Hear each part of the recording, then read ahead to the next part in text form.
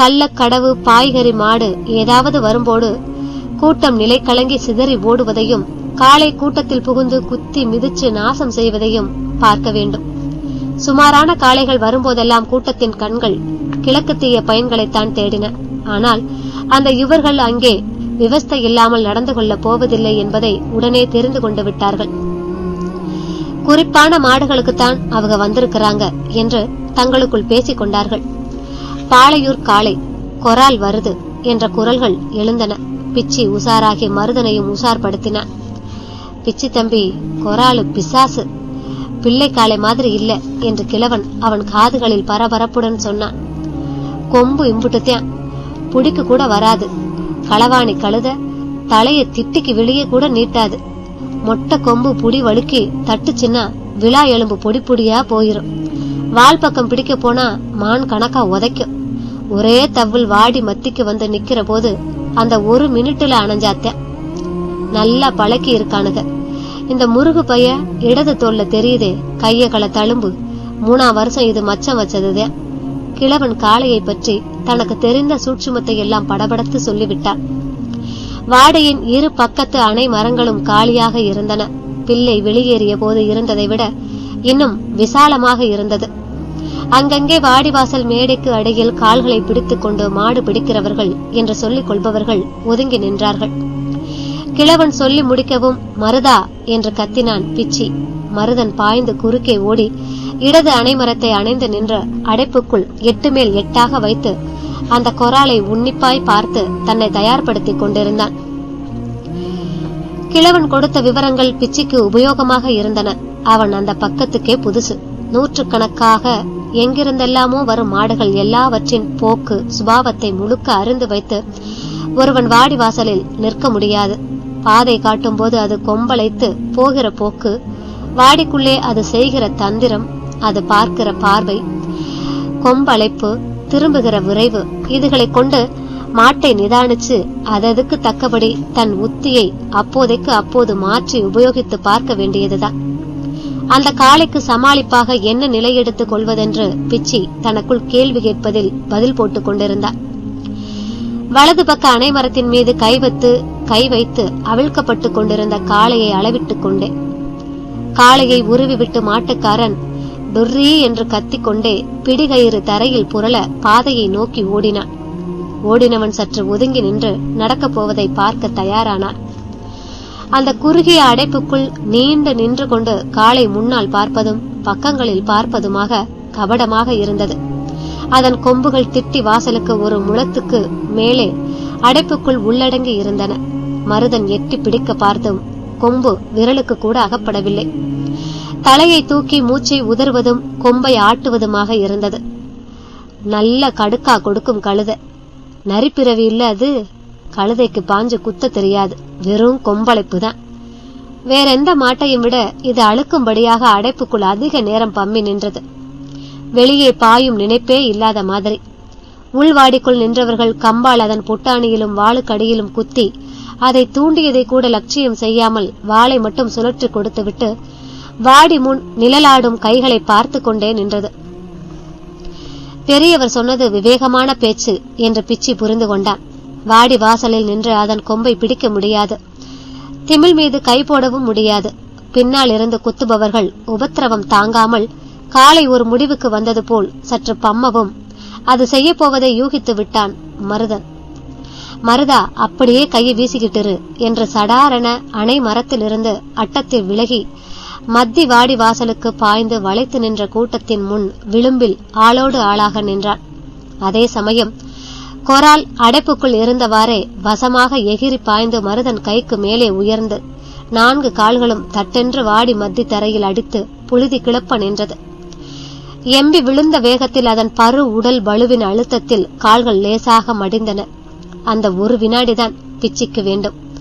அடுத்த கணம் அது சமாளித்து ஊன்றிக்கொண்டு ஆளை நெருங்க விடாதபடி ஒரு வளையம் வந்துவிடும். காளையின் மடிந்த பின் கால்கள் பிச்சி நின்ற இடத்துக்கு நேராக இருந்தன. பாய போகிறவன் மாதிரி காலை எடுத்து வைத்தவன் தடாரென நெஞ்சாங்கிடையாக கீழே படுத்தான். அவனது வலது கை காளையின் வலது கால் பிடிக்கு வசமாக நெருங்கி வந்தது. கையை வீசி குளம்புக்கு மேலே அடிக்கணுக்காலை பிடித்து மறு கையை தரையில் பதித்து உந்தி எழுந்து காளையின் காலை இழுத்தான். இமை பொழுதில் நடந்தது இது. தன் கால் பிடித்து இழுக்கப்படுவதை உணர்ந்து காளை விற்றென்று உதைக்க முற்படுவதற்கு நேரம் இல்லாதபடி 3 கால்களால் திரும்பி காலை இழுத்தவனை குத்த பார்த்த காளை கால் சுண்டப்பட்ட வேகத்தில் நிலைக்க முடியாமல் வரு உடலுடன் முன் கால்கள் மடிய இடது பக்கமாக சரிந்தது.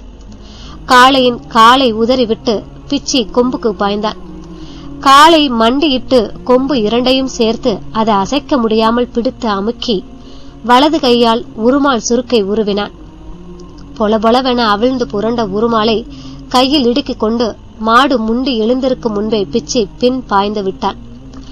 விடுபட்டதும் உதறி எழுந்த காளை ஒரு தரம் சுற்றி குறிப்பு இல்லாமல் கொம்பை அழைத்துக் கொண்டு பிடிபட்ட ரோசத்தில் பாதை தெரியாமல் வளைந்து நின்ற கூட்டத்திற்குள் நுழைந்து ஆட்களை உருட்டி தள்ளி மொட்டை கொம்புகளால் தட்டிக்கொண்டும் மிதித்துக் கொண்டும் போய் பலகீனமாக இருந்த ஒரு வேலியை முட்டி தள்ளிக்கொண்டு திசை பார்க்காமல் தன் போக்கில் ஓடியது. மாட்டுக்காரனும் அவன் கூட்டாளிகளும் அதை மறித்து பிடித்து கட்டம் பின்னால் விரட்டி ஓடினார்கள். கூட்டம் வெடித்து மகிழ்ச்சியும் உற்சாகமும் காட்டியது. கொராளு சாணி போட்டுக்கிட்டு போகுது டோய், உடி அடிச்சு உளவுல கட்டுங்கடா, பொளிச்சலுக்கு கூட லாய்க்கு இல்ல, கிழக்கத்தியான் 2 பேர் பெத்த காளைய சினப்படுத்திட்டாண்டோய். அவனை நோக்கி ஓடி வந்த கூட்டம் அப்படியே அவனை குண்டுருட்டாக தூக்கி கொண்டு திட்டி வாசலுக்கு நேராக கொண்டு வந்து உயர்த்தி பிடித்தது. அணை மரத்தின் மேல் நின்ற பரிசு உருமா வழங்கிய அனுபவஸ்தன் இருப்பதில் சிறந்த பெரிய மாடுகளை பிடித்ததற்கு கொடுக்கப்படும் ஒரு ஜரிகை அங்க வஸ்திரத்தை அவன் கழுத்தில் மாலையாக போட்டான். அவனுக்கே தாங்க முடியாத உற்சாகம். அவனுக்கும் உயரே இருந்த ஒரு குரல் ஏ கிழக்கத்தியான் என்று கூப்பிட்டது. ஜமீன்தார் குரல். ஜரிகை மாலையும் வெற்றி முகமுமாக பிச்சி ஜமீன்தாரை பார்த்து கும்பிட்டான். அவன் தலை மேடைக்கு மேலே வந்தது. அவருக்கு சமமாக தான் மற்றவர்கள் தோள் மீது உட்கார்ந்து இருப்பது அவனுக்கு லஜ்ஜையாக இருந்தது. மரியாதை குறைவாகவும் பட்டது. முரண்டி பார்த்தும் அவர்கள் அவனை கீழே விடவில்லை. புது புது கைகள் பலம் கொடுத்து அவனை அந்தரத்தில் நிலைக்கச் செய்தன.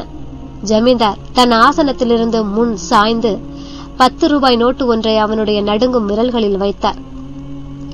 அவன் கண்களையே உறுத்து பார்த்து சிரித்தார். பிச்சியும் அவரை தீர்க்கமாக பார்த்து நன்றி ததும்ப கும்பிட்டான்.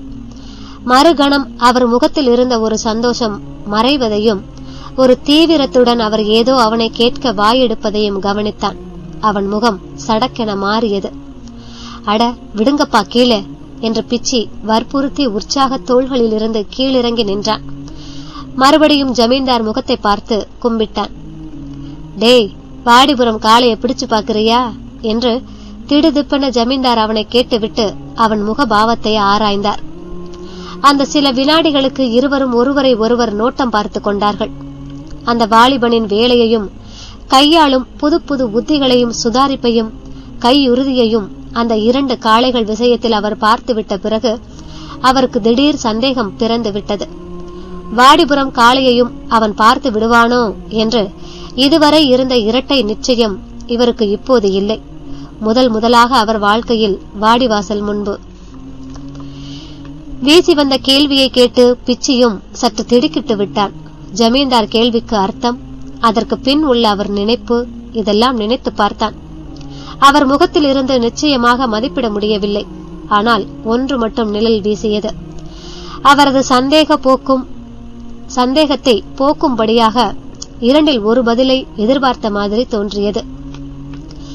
உறுதியா சொல்ல முடியாதுங்க என்று ஜமீன்தார் கண்களை சந்திக்காமலே தலை குனிந்து பிச்சி இழுத்தான். நோக்கம் பார்த்துக்கிடனுங்க. அந்த வார்த்தை முணக்கமாக வந்தது. ஆனால் ஜமீன்தார் காதுக்கு தெளிவாக கேட்டது. சரி போ என்று ஜமீன்தார் வெட்டி சொன்னார். மாடுகளை பிடி. பிச்சியின் வார்த்தைகளில் உள்ள அர்த்தம் அவருக்கு தெளிவாகிவிட்டது. இன்னொரு பெரிய கும்பிடு போட்டுவிட்டு பிச்சி திட்டி வாசலுக்கு நகர்ந்தான். கூட்டமும் கலைந்து வாடி வாசலை விஸ்தரித்து கொடுத்து வளைந்து நின்றது. அடுத்த காலை வெளியேறியது. ஜமீன்தாருக்கு பின் வரிசை ஆசனத்தில் உட்கார்ந்திருந்த காரியஸ்தர் குரல் அவர் காதில் விழச் சொன்னது. முசலனூர் சல்லிக்கட்டுல அது மேல ஒருத்தன் விழுந்து செத்தான்னு பேச்சு இருந்ததே, அவன் மகனா இந்த பையன், அதை பிடிக்கத்தான் வந்திருக்கானா. சந்தேகம் தெளிவாகி விடவே ஜமீன்தார் லேசாக சிரித்து, அவன்தான் நெஞ்ச திறந்து என்கிட்டவே பேசிட்டானே என்றார். அதற்கு மேல் அவர் வார்த்தை வளர்க்கவில்லை. காலை பின் காளையாக கலேபரத்திடையே வெளியேறிக் கொண்டிருந்தது. பிச்சி கொடுத்த 10 ரூபாய் நோட்டையும் தன் வெற்றிலை பையில் வைத்துக் கொண்டே கிழவன் ஓதிய குரலில் பிச்சியிடம் சொன்னான். தம்பி, ஜமீன்தார் முகத்தை கவனிச்சியா? உன் பதில கேட்டு சொனங்கிட்டாரு. காரிக்காளைய வச்சுதான் அவருக்கு எல்லாம். தூக்கி போட்ட மாதிரி இப்படி முறிச்சு பேசிருவேன்னு அவர் எதிர்பார்க்கல. ஆமா, மனசுல போட்டுக்கிட்டாரு, முகத்துல நல்லா தெரியுது என்றான் பிச்சி. நீயும் கவனிச்சியா? வேலைக்காரன்னு தெரிஞ்சா மதிப்பாரு, அவர் குணம் என்றான் கிழவன். ஆனா தன் மாடுன்னா அந்த நினைப்பு வேறதான் பாட்டையா என்றான் பிச்சி. ஒத்துக்கிடுறேன் தம்பி என்று கிழவன் சொன்னான். ஆனா மாடு அணைகிறவன் மாட்டு திமிழையும் கொம்பையும் தான் பாப்பான், அதை பிடிச்சுக்கிட்டு வாரவன் கைய பார்க்க மாட்டான் என்கிறதும் அவர் தெரிஞ்சுக்கிட்டவர் தான். பிச்சியும் மருதனும் மறுக்காமல் அதை ஒப்புக்கொண்டார்கள். பிச்சி, மருதா, தம்பிகளா என்று கிழவன் உரக்க கூப்பிட்டான். அவர்கள் முகத்தை வெறுத்து பார்த்தான். காரி எந்த சமயத்திலையும் வெளியேறிடும். அது வாரபோது நீங்க எங்கிட்டு நிப்பீங்களோ, நான் அங்கிட்டு இருப்பேனோ தெரியாது. முதக்க காரியத்தான் விடுவாரு. கிழவன் சொல்வதை காது கொடுத்து இருவரும் கேட்டார்கள். கிழவன் தொடர்ந்தான். பிச்சி, உசுறு லட்சியமில்ல, மரச்சாதிக்கு ரத்தம் தண்ணி சிந்துதாப்புலதான். காரிய பத்தி உங்களுக்கு தெரியாதத புதுசா நான் சொல்லிட போறதில்ல. என்னமோ உங்களை கண்டதும் பெத்த மக்க மாதிரி உசுர வச்சுட்டேன். நல்லா நினைச்சு பார்த்து விழுங்க. பிடி வசம் தவறுச்சுன்னா போச்சுது என்று பெருமூச்சு விட்டு விட்டு மருதனை பார்த்து சேர்ந்தார். மருதா, உன் தங்கச்சி தாலி கழுத்த மனசுல நிறுத்திக்க. அவ புருஷனுக்கு ஒன்றும் வந்துடக்கூடாது, புரிஞ்சுக்கிட்டியா? கிழவன் நான் தடுமாறினான். செல்லாய் ஆத்தா காப்பா, ஆனா ஒண்ணு, என் மக்களா, போற போது அவளை கும்பிட்டுட்டு போகாம போயிடாதீங்க. வாடிபுரம் காளை. வாடி வாசலையும் தொழுவத்தையும் பிரித்து நிற்கும் ஆள் உயர வேலி அடைப்பின் மீது உட்கார்ந்திருந்த ஒரு பையன் கத்தினான். வாடிபுரம் காளை கருப்பு பிசாசு, ராட்சச காரி. கத்திய அத்தனை குரல்களிலும் ஒரு நடுக்கம், திகில் வெடித்து பரவியது. வாடி வாசல் அமர்க்களப்பட்டது. சில வினாடிகளில் வாடி வாசலிலே முண்டி எடுத்து எக்கி நின்ற கூட்டம் போன இடம் தெரியவில்லை. காரி கொம்புக்கு எட்டாதபடி எப்படியெல்லாம் பாதுகாத்துக் கொள்வதென்று தவித்து அவனவன் அங்கும் இங்கும் ஓடி பதுங்க பார்த்தான். குறிப்பாக அங்கொன்றும் இங்கொன்றுமாக அரை மனதும் கால் மனதுமாக நின்ற சில மாடு அணைகிறவர்களைத் தவிர திட்டி வாசலிலோ அணை மரங்களுக்கு பக்கத்திலோ வேறு யாரும் இல்லை. துடைத்துவிட்ட மாதிரி திட்டி வாசலை சுற்றி குழப்பமின்றி விஸ்தாரமாக இருந்தது. அதிலேயும் இரண்டொருத்தன் தான் துணிந்து நின்ற காளையை உள்ளே அவிழ்க்கப்படுவதை பார்த்தான். காளை திட்டியை விட்டு வெளியேறும் போது அவனும் அங்கே இருக்க மாட்டான். ஏதாவது ஒரு மேடை காளை பிடித்து ஏறி கவ்விய கால்களுடன் குரங்கு மாதிரி உசிரை பிடித்துக் கொண்டு காளை போகும் வரை உட்கார்ந்திருக்க போகிறான். எந்த காளைக்கும் காட்டாத மரியாதையை கொடுத்து ஆற்று நோக்கிய பாதையை விசாலப்படுத்தி காளை தன் போக்கில் போக வழிவிட்டு பிளந்து நின்றது கூட்டம். இரண்டாவது வரிசையில் நிற்கவே ஒவ்வொருவரும் தவித்தனர். தொழுவத்தில் அதன் அலங்காரங்கள் களைக்கப்பட்டு உள்வாடிக்கு கொண்டு வரப்பட்ட காளை ஒரு தடவை முக்காரமிட்டுவிட்டு ஒரு சிறுவன் பிடி கயிறுக்கு அடங்கி பரம சாதுவாக அடைப்புக்குள் ஆடி அசைந்து வந்தது. மருதா என்று உசார்படுத்திக் கொண்டு பிச்சி லங்கோட்டை ஒரு தரம் இறுக்கி கொடுத்துவிட்டு வயிற்றை எக்கி கொடுத்து ஒரு முழு மூச்சு இழுத்தான். கீழே குனிந்து இரு கைகளையும் தரையில் தேய்த்து பிடி வழுக்காமல் இருக்க சுரசுரப்பாக்கி கொண்டான். கிழக்கத்தியான் காரியை பிடிக்க போறான். பய செத்தான். செல்லாயி வாடியில அவனுக்கு முடிவு போட்டிருக்கு. குருத்து பையன் அநியாயமா பட்டு உருமாவுக்கு ஆசைப்பட்டு உசுர இந்தான்னு கொடுக்கறானே பாவி. 2 பவுனு தங்கம் கண்ணுல உறுத்துமில்ல. ஆளுக்கு ஒரு அபிப்பிராயமாக கூட்டம் பரிமாறிக்கொண்டது.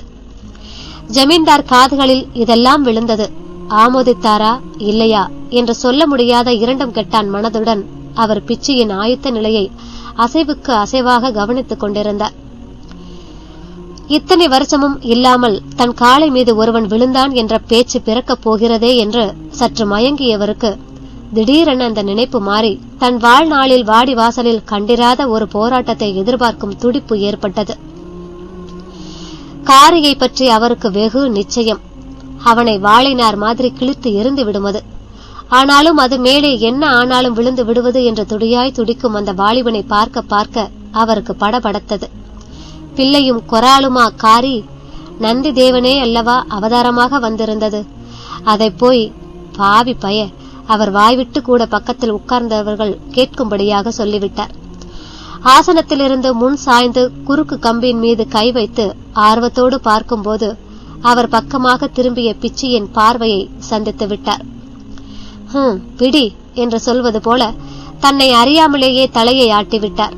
ஏன் அப்படி சொன்னோம் என்றே அவருக்கு புரியவில்லை. பிறகு நினைத்து பார்த்து கொண்டபோது பிச்சி ஒரு அவசர கும்பிடு போட்டுவிட்டு முகம் திரும்பி விட்டார். அடைப்புக்குள் காரியின் மூக்கணாங்கயிற்றை அந்த மாட்டுக்கார சிறுவன் அவிழ்த்து கொண்டிருந்தான். அந்த சிறுவன் ஒருவன்தான் அதை சிறு வயது முதல் கை மேய்ச்சலாக வளர்த்தவன். அவனுக்குத்தான் அது கட்டுப்படும். அவன் எங்கிருந்து கூப்பிட்டாலும் பசு கணக்கா போகும். மருதா, நல்ல ஜாதி காலை இது, இத புரிஞ்சுக்கிடுறது கஷ்டம் என்றான் பிச்சி மெதுவாக. எந்த புடிக்கு எப்படி சமாளிக்கும் விலகும்னு சொல்ல முடியாது. சுதாரிப்பா இரு, நோக்கம் பாத்துக்க. மருதன் புரிந்து கொண்ட தலை அசைப்புடன், சரி பிச்சி, திட்டி வாசல நின்னுகிட்டு இருந்தா அர்த்தம் கழுத முதக்க அணைமரத்தை தானே நோக்கும், அத காலி பண்ணிட்டுல வாடி வாசலுக்கு போகும் என்றான். இரு மருதா, என்ன ஒட்டி நில்லு. சரி போ. அடுத்த வினாடி திட்டி வாசல் வெறுமையாக இருந்தது. அடைப்புக்குள்ளிருந்து மாட்டுக்கார சிறுவன் வெளிவந்தான், மாட்டை தொட்டுக்கொண்டே. மாடும் திட்டி வாசல் விளிம்புக்கு வந்து நின்றது. சிறுவன் பளிச்சென்று விலகி பாதையை நோக்கி ஓடிவிட்டான், மாட்டுக்கு எந்தவித சமிக்ஞையும் காட்டாமல். பாத்தியா, காலை வரவும் கிழக்கத்தையாம் பம்மிட்டான். அவ்வளவுதான் பய. சும்மா ஆர்ப்பாட்டக்காரனுங்க. தன்னை சுற்றி எழுந்த இந்த கேலி வார்த்தைகளை கேட்ட ஜமீன்தார், உளராம பாத்துக்கிட்டு இருங்க என்று சுருக்கென சொல்லி அடக்கினார். அவன் ஒரு பிறவி. எந்த மாட்டு மேல எப்படி விழணும்னு அவனுக்கு சுபாவத்திலேயே ஊறி கிடக்கும் பாருங்க. கண்டன வாய்கள் மூடிக்கொண்டன. ஜமீன்தார் அதி ஆர்வத்துடன் உண்ணி பார்த்தார். அவருடைய அசாதாரண பரபரப்பை கண்டு அவரது ஆட்களே ஆச்சரியப்பட்டார்கள். திட்டி வாசலில் காரி ராஜாங்கமாக நின்றது. அதன் புடைத்த பளீரிடும் கரும் திமிழ் நெஞ்சுயர மரக்கட்டை அடைப்புக்கு மேலாக எடுப்பாக துருத்தி கொண்டிருந்தது. அதன் நெற்றி திட்டு ஓரங்களிலிருந்து கவட்டையாக கிளம்பிய 2 ஈட்டு கொம்புகளும் நுனியில் லேசு கொக்கி வளைசலுடன் பளபளத்து எடுப்பாக தெரிந்தன. தலையை தனித்து கீழ் பார்வையுடன் அது தயக்கமில்லாமல் நிதானமாக எட்டு வைத்து திமில் நாசுக்கா நெளிய கொம்பு மந்தமாக அழைக்க திட்டியை விட்டு பாதி வந்து 2 அட்டங்களிலும் அணைமரத்து பக்கம் ஓரப்பார்வை பார்த்துவிட்டு நிச்சயம் செய்து கொண்டு மத்தி வாடி வாசலில் வந்து நின்றது. ராஜாளி மாதிரி வந்து நிக்குது பாரு. மத்த கழுத மாதிரி இதுவும் ஓடுச்சுன்னா பிறகு என்ன? நின்னு குத்தி காலேன்னா இதுதான். இதையா கிழக்கத்தையான் பிடிக்க போறான்? நின்ற காரி வாடி வாசலில் தன் மீது கை போடும்படி சவால் விட்ட மாதிரி இருந்தது. அதன் மூச்சு தரையில் பட்ட இடங்களில் மண் சிதறி பறந்தது. ஒரு தரம் செருக்கடித்தது. மறுபடியும் தரையை முகர்ந்து கொண்டிருந்தது. கிழக்கத்தையானுக எங்கிட்டு இருக்கானுக பாரு என்ற கண்கள் அவர்கள் திசையை தேடிக்கொண்டிருந்தன. ஆனால் காளை தங்கள் முன்பு இருந்த பீதியில் அவர்கள் பார்வை அவர்கள் பக்கம் அதிகம் நிலைக்கவில்லை. அப்போது நேர் பாதையை பார்த்து நின்ற காளை சரக்கென நேர் பின்னால் சுழன்று திரும்பி கொம்பை அழைத்து ஒரு எட்டு முன்வைத்து ஏதோ ஒரு நிழல் அசைவோடு டுர்ரி என்ற சப்தமும் அதன் பின் கிளம்பியது கண்டு தான் அப்படி முறைத்து திரும்பியது. பதறிவிட்ட முன்வரிசை கூட்டம் அசைவு காட்டக்கூட பயந்து காளையின் வெறிக்கு தூபம் போடும் சமிக்ஞை எதுவும் செய்ய துணியாமல் சவத்தை நிறுத்தி வைத்த மாதிரி பதிந்து நிற்க பிரயாசைப்பட்டது. ஒரு சிறு சமிக்ஞை போதும் காளை அந்த திசையில் பாய்வதற்கு. காளை 2 தரம் செருக்கடித்தது. யாரிடா பாவி பைய குறுக்க விழுந்து டொர்ரி காட்டினவன் என்று பின் வரிசையில் இருந்த குரல்கள் எழுந்தன. முருகு, நீயா இந்த வேலை செய்த என்று கிழவன் எங்கிருந்தோ கத்தினான். பிச்சி ஆயத்தமாக இருந்த இடத்திற்கு காளையை திரும்பி விடத்தான் முருகு அப்படி செய்தான் என்பதை அங்குள்ளவர்கள் யூகிக்க அதிக நேரமாகவில்லை. காளையின் கொம்புக்கு நேர் எதிரில் அசையாது அடுத்தடுத்து நின்றிருந்த பிச்சியும் மருதனும் தான். காளையின் முகத்தை அவர்களுக்கு எதிரே நிலைக்க செய்துவிட்டு பின் வரிசைக்கு போய்விட்டான் முருகு. சீ, நீயும் ஒரு மாடு அணைக்கிறவனா? பொம்பளையா பிறந்திருக்கணும் நீ, பேடி பய. இதெல்லாம் மீறி ஜமீன்தாருக்கு நல்ல பேரு வாங்கி கொடுத்துருவடா தெற்கத்தியா என்று கிழவன் கத்தல் தான் கடைசி வரிசையில் இருந்து எழுந்தது. நாயை போய் நடு உள்ள வச்சாருவாரு. கிழவன் எச்சிலை காரி துப்புகிற பாவனை காட்டினான். ஜமீன்தார் காதில் இது விழுந்தது. ஆனால் இதை பற்றி சந்திக்க அப்போது நேரம் இல்லை. மாடும் மனுஷனும் நேரெதிரே ஒருவரை ஒருவர் முறைத்து நிற்பதையும், முகம் திரும்பாத காளைக்கு எப்படி பராக்கு காட்டி திரும்பச் செய்வதென பிச்சி மூளையை குடைந்து கொள்வதையும் பார்த்து கொண்டிருந்தார். எதிரே நின்ற உருவம் லேசாக அசைந்தாலும் பாய்ந்து விடுவது போல முகம் தனித்து பிச்சியையும் மருதனையும் முறைத்து நின்றது. சும்மா நிற்பவர்களை வெறிபிடித்து தாக்கும் காளை அல்ல அது.